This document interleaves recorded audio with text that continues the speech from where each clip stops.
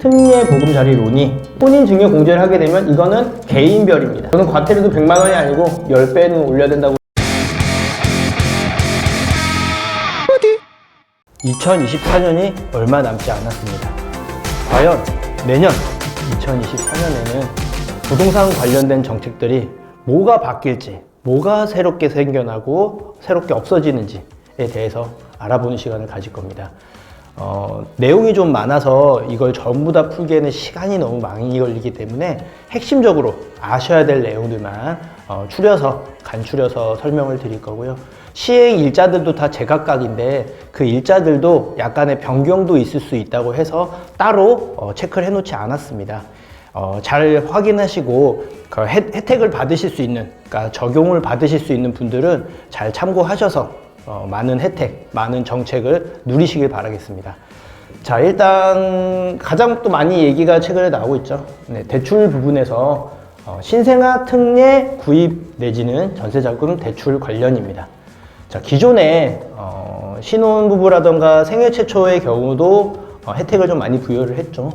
그런데 이 신생아 특례는 그거보다 훨씬 더 상회하는 더 많은 혜택을 누릴 수가 있습니다. 자, 일단은 예정된 거는 2024년 1월로 예정이 되어 있고요. 네, 신청이 가능한 대상들 확인해 보니까 네, 대출 신청일 기준 2년 내 출산한 무주택 가구 2023년 출생합도 적용한다고 나와 있어요. 네, 이제 말 그대로 아이를 새롭게 출산한 사람 내지는 출산할 예정인 사람 그런 분들이 혜택을 누릴 수가 있는데 내용을 살펴보면 기존에 혜택을 받았던 7천만 원 이하의 소득도 1억 3천까지로 확대를 했기 때문에 많은 분들이 혜택을 누릴 가능성이 있고요. 그리고 자산 상태는 그대로인데 주택 가액이 6억 원 이하에서 9억 원 이하로 바뀌었습니다. 자, 서울만 놓고 보더라도 웬만한 빌라도 6억은 넘어가는 경우가 허다하죠. 그래서 기존에 있어도 혜택을 못 받았던 부분이 신생아 특례는 9억 원 이하로 상향 조정되면서 꽤 많은 분들이 적용을 받을 수 있지 않을까 싶습니다. 대출 한도 또한 4억 원에서 5억 원으로 올랐고 또 가장 또 예민하게 받아들일 수 있는 거죠. 금리적인 부분도 최저 1.6에서 3.3%까지로 다른 어떤 대출보다 이율이 저렴한 편에 속합니다. 전세 자금 또한 마찬가지로 혜택을 많이 부여를 하고요. 자, 내용을 정리해보면 부부 합산 연간 소득이 1억 3천 이하인 분들 중에서 대출 신청일로부터 2년 이내에 출생한 신생아들 그리고 무주택자여야겠죠. 여기에 해당 조건에 부합하시는 분들은 내년 1월 그러니까 내년 1월 이후부터 이걸 한번 노려서 이 기회에 내 집 장만하는 것도 하나의 방법이 될 것 같아요.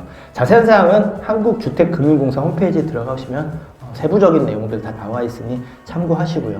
자, 이렇게 대출이 새롭게 생기는 게 있으면 안타깝게도 없어지는 것도 생기겠죠. 자, 이제 뭐가 사라지냐? 몇 가지가 사라지긴 하는데 가장 대표적인 부분이 특례 보금자리론이 운영이 이제 중단을 하게 되어 있습니다. 2023년 13 대책 이후로부터 금리가 올라가면서 그 부분에 있어서의 거래, 그러니까 매수를 하기 위해서 조금이라도 혜택을 부여했던 특례 보금자리론이 이제부터 사라집니다. 소득 제한도 없었고요. 일시적 이주 특제도 가능했었는데 이 부분에 대해서는 지원이 다 중단이 된다 라고 보시면 됩니다. 자, 이 내용뿐만이 아니고 이 내용을 시작으로 정부가 이제 어떤 방향을 가지고 있나를 이제 체크를 해봐야 되는데요. 정부는 이제부터 정부 지원금, 정부가 지원해주는 대출은 대부분 줄일 계획을 가지고 있습니다. 대출, 모기지론 관련돼서 출자 예산을 삭감할 예정이기 때문에 대출에 대한 지원들이 좀 많이 줄어들 것으로 예상이 됩니다. 자, 긍정적인 부분들도 있죠. 이제 대출 너네 하지 마. 대출을 조금 조심하게, 그러니까 너무 무리해서 하지 마. 라는 시그널을 줌으로 인해서 가계 부채, 지금 부채가 좀 많다고 기사 나오잖아요. 가계 부채 관리에 있어서는 굉장히 효율적으로 바뀔 가능성이 높겠죠. 자, 그런데 이제 긍정적인 요소만 있으면 좋겠지만 부정적인 요소도 포함을 합니다. 자, 왜냐? 거래가 단기적으로 둔화될 가능성이 있죠. 가뜩이나 거래량도 많이 줄어서 가라앉아 있는 분위기가 현재 상황인데 부동산 시장 거래를 추가적으로 계속 감소할 우려가 있다라는 부정 요소도 있어요. 하지만 이 부정 요소들은 길게 가지는 않을 겁니다. 왜 그러냐면 자, 각 지역의 지방자치단체들은 기본적으로 뭔가 행위를 하기 위해서 뭔가 예산을 편성을 해서 뭔가 집행을 해야 되는데 그러기 위해선 부동산의 거래를 함으로써 거래에 관련된 세금을 받는 게 굉장히 중요해요. 그런데 지자체의 세수 확충이 어려워지겠죠. 예, 시장 거래가 많이 줄어드니까. 그래서 그렇게 되고 그럴 우려가 실제적으로 시그널이 보여지게 되면은 일부 완화를 할 겁니다. 대출도. 항상 대출은 완화를 했다가 풀어줬다가 다시 조였다가 풀어줬다가 반복되는 게 대출 항상 규제 그리고 대출 제도입니다. 그래서 당분간은 당장에는 필요한 곳들만 혜택을 부여하고 전체적으로는 혜택을 부여하지 않겠다라는 게 큰 방향인데 이 방향 또한 세수 확충의 어려움을 겪거나 부정적인 요소가 좀 강화가 된다면 다시 또 완화와 규제가 계속 반복되는 게 2024년 시장이 될 겁니다. 네, 이 시장 상황에 따라 계속 변화한다는 말이에요. 그래서 여러분들은 그 부분에 맞춰서 내가 해당 조건이 맞을 수 있고 그 혜택을 누릴 수 있다고 하면은 그 타이밍이 매수 타이밍이 될 수도 있겠고 매도 타이밍이 될 수도 있겠죠. 자, 세금 하면은 저도 항상 골머리를 썩는데요. 여러분들도 그렇지 않으신가요? 자, 일단 내용들을 보면은 여러 개가 있는데 그 중에 한 굵직한 거 5개 정도로 압축을 해봤어요. 일단 혼인증여공제. 자, 혼인을 하게 되면 혼인 신고일 2년 이내에는 1억을 공제해주겠다라고 나와 있습니다. 자, 우리가 살펴봐야 할 것은 우리가 세금에 있어서 기본 공제라고 하죠. 기본 공제가 5천만 원이에요. 네, 5천만 원이고 거기에 이제 1억이 추가가 되는 거예요. 자, 그러면 1억 5천만 원이 되겠죠? 그렇죠, 여러분? 자, 그런데 혼인증여 공제를 하게 되면 이거는 개인별입니다. 자, 부부는 두 사람이죠. 그러면 1억 5천에 두 사람이니까 최대 3억까지 공제를 받을 수가 있는 거예요. 증여세를 물지 않아도 되는 거죠. 이 부분은 상당히 파급 효과가 있긴 할 겁니다. 이 부분 나오는 것도 보면은 이제 혼인을 빨리 해라, 결혼을 장려하는 어찌 보면 복지 정책 중에 하나가 될 수도 있는데 최대 3억까지 세금을 물지 않아도 된다. 증여에 있어서 이런 부분이 생기기 때문에 계획이 있으시거나 염두에 두신 분들은 이 혜택을 누리실 수 있는 시청자 여러분 되시길 바라겠고요. 자, 그리고 주택 청약 저축의 소득 공제가 상향이 됩니다. 기존에는 240만 원까지 소득 공제가 됐는데 300만 원까지로 늘어나게 됩니다. 자, 연소득 7천만 원 이하의 무주택자들은 해당 사항이 될 거예요. 네. 여기에 무주택자들은 이 혜택을 많지는 않겠지만 그래도 세금 감면이 되는 부분이기 때문에 참고하셔서 이 300만 원 딱 맞춰서 청약 저축 넣는 것도 하나의 방법이 될 수 있겠죠. 자, 그리고 주택담보대출, 주택 대출을 받으신 분들은 또한 소득 공제가 확대됩니다. 현재는 300만 원에서부터 1,800만 원까지 공제가 되는데 이 부분이 600만 원에서 2천만 원까지 상향 조정이 됩니다. 자, 이건 또 조건이 있는데요. 최소 아무리 못해도 10년 이상의 대출 날짜가 잡혀 있어야 되고요. 10년 이상짜리 대출을 내고 있는 사람이어야 하고요. 네, 그리고 비거치식 내지는 고정금리죠. 고정금리여야지만 가능합니다. 네, 이 부분도 혜택에 부여받을 수 있는 분들은 혜택을 그래도 꽤 누릴 수 있겠죠. 자, 그리고 다음 내용 보면은 재건축 초과이익 부담금 완화입니다. 쉽게 말해서 재건축을 할 때 초과이익에 대해서 환수를 하게 되어 있는데 그 부분에 있어서 공제를 3천만 원까지만 해줬다면 이제 8천만 원까지로 5천만 원을 더 늘려줬습니다. 쉽게 말씀을 드리면 자, 우리가 재건축을 할 때 예상 분담금이 5억이었다 라고 하면은 기존에는 4억 7천을 냈어야 되는데 지금은 4억 5천만 내면 된다 가 되는 거죠. 아니 4억 8천만 원까지 한도가 되니까 4억 2천만 내면 된다. 그러니까 4억 7천에서 4억 2천이 되는 거죠. 지금 기준으로. 어찌 보면은 이 금액이 엄청난 혜택을 누리는 건 아니에요. 자, 그런데 이걸 통해서 여러분들이 유추해 볼 수 있는 건, 그러니까 개발, 뭔가 시너지를 조금 더 빨리 그리고 많이들 할 수 있게끔 조금씩 배려를 해주려는 정부의 의지를 볼 수가 있고요. 다만, 이 부담금이 완화가 된다고 해서 재건축 안 되던 게 갑자기 잘 진행되거나 빨라지거나 이러지는 않을 겁니다. 파급 효과가 생각처럼 아주 큰 내용은 아니에요. 물론 좋은 소식이긴 합니다만 아무래도 제 개인적으로는 이 금액 자체가 좀 더 높아지거나 거의 폐지 수순으로 가야 되지 않을까라고 예상을 해보는데, 어쨌든 부담금이 완화된다는 건 뭐 좋은 소식이죠. 네, 해당 사항에 있으신 분들은 참고하시길 바라겠고요. 그리고 출산이나 양육하는 조건으로 집을 매수를 하게 된다. 그런 경우에는 취득세를 500만 원 한도에 면제를 하게 해줍니다. 자, 이게 혼인도 그렇고 출산도 그렇고 양육도 그렇고 대부분 신혼부부라던가 아이를 가졌거나 가질 예정, 최근에 가질 예정인 사람들한테 혜택을 좀 많이 부여하는 걸 볼 수가 있겠죠. 네, 해당 사항인 분들은 참고하시길 바라겠고요. 자, 그리고 청약제도, 또 청약에 관심 많은 분 많잖아요. 청약제도를 살펴보면은 아니나 다를까 우리 신생아에 대한 혜택도 새롭게 생깁니다. 예, 특별공급, 신생아 특별공급이 신설이 됩니다. 자, 공고일 기준 2년 이내에 임신이나 출산을 했던 사람들, 내지는 추후에 1년 이내에 그러니까 임신을 할 예정인 분들, 그런 분들은 특별공급 신설에 해당이 됩니다.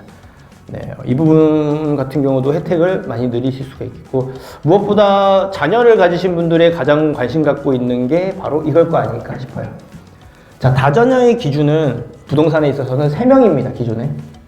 그런데 이게 내년부터는 이 2명으로 바뀌어요.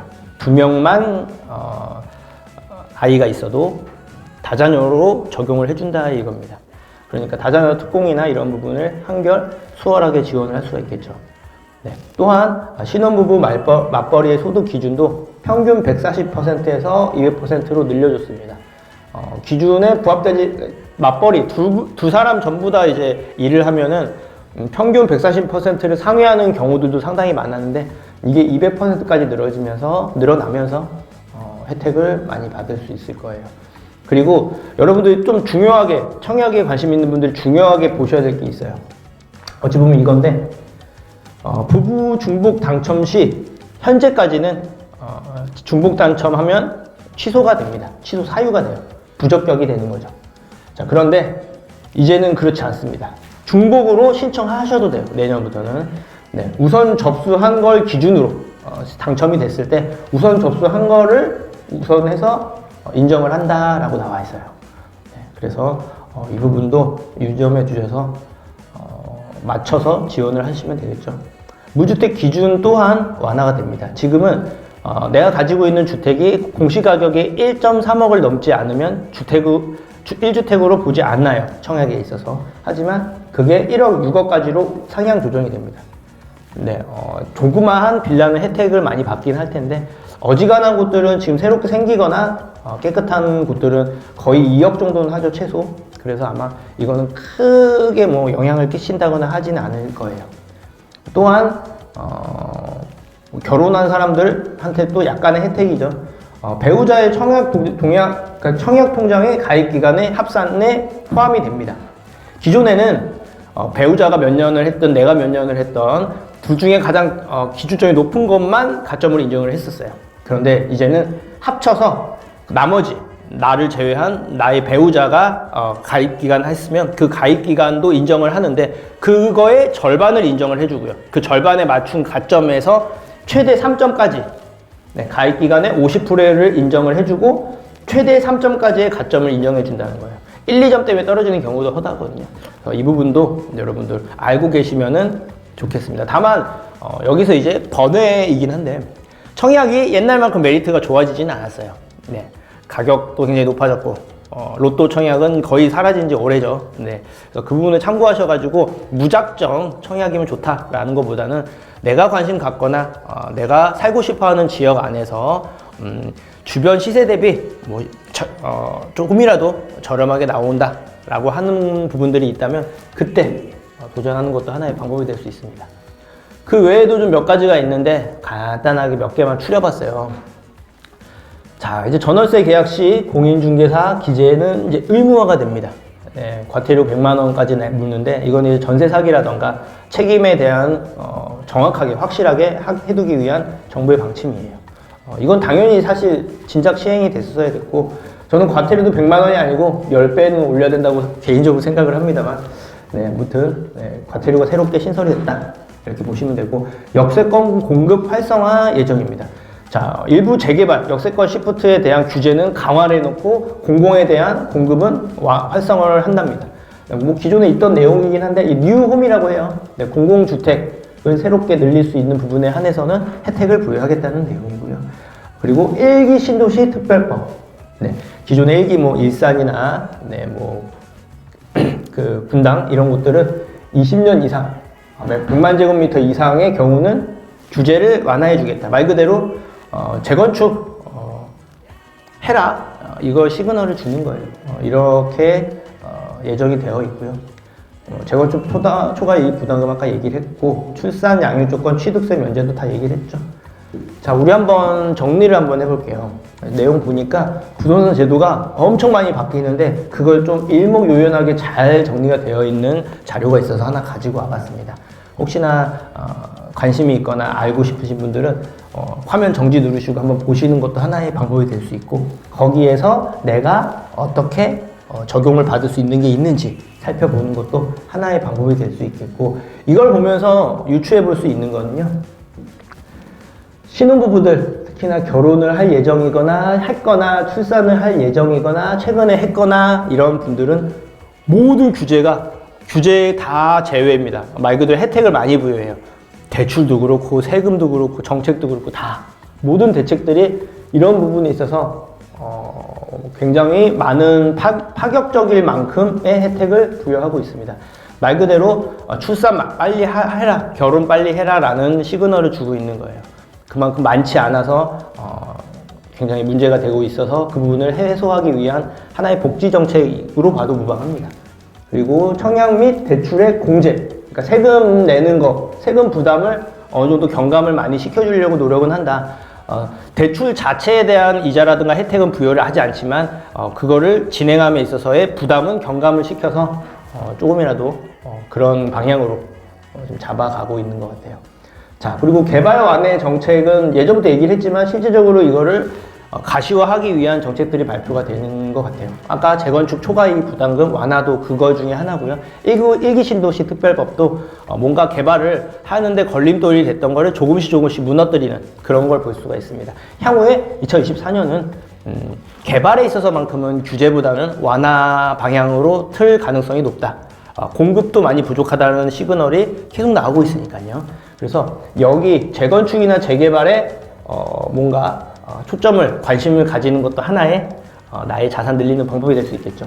네, 그리고 자, 대출은 하지 마, 대출 쓰지 마, 이렇게 정부 시그널을 주는데 세금 부담, 너 세금 많이 내는데 이건 좀 줄여줄게. 네, 그리고 공급, 주거 공급, 특히나 공공 관련된 공급은 확대하겠다라는 게 정부의 전체적인 제도에 있는 틀의 목적입니다. 자, 이 내용들을 살펴보시고요.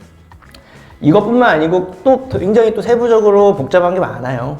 그런데 여기에 해당되시는 분들 한번 잘 찾아보셔서 조건을 다 누릴 수 있는지 확인해 보시길 바라겠고요. 여러분 2024년 얼마 남지 않았습니다. 날씨도 굉장히 많이 추운데 감기 조심하시고요. 연말 마무리 잘 하시길 바라겠습니다. 더 좋은 내용으로 다음에 또 인사드리도록 하겠습니다. 끝까지 시청해 주셔서 감사합니다.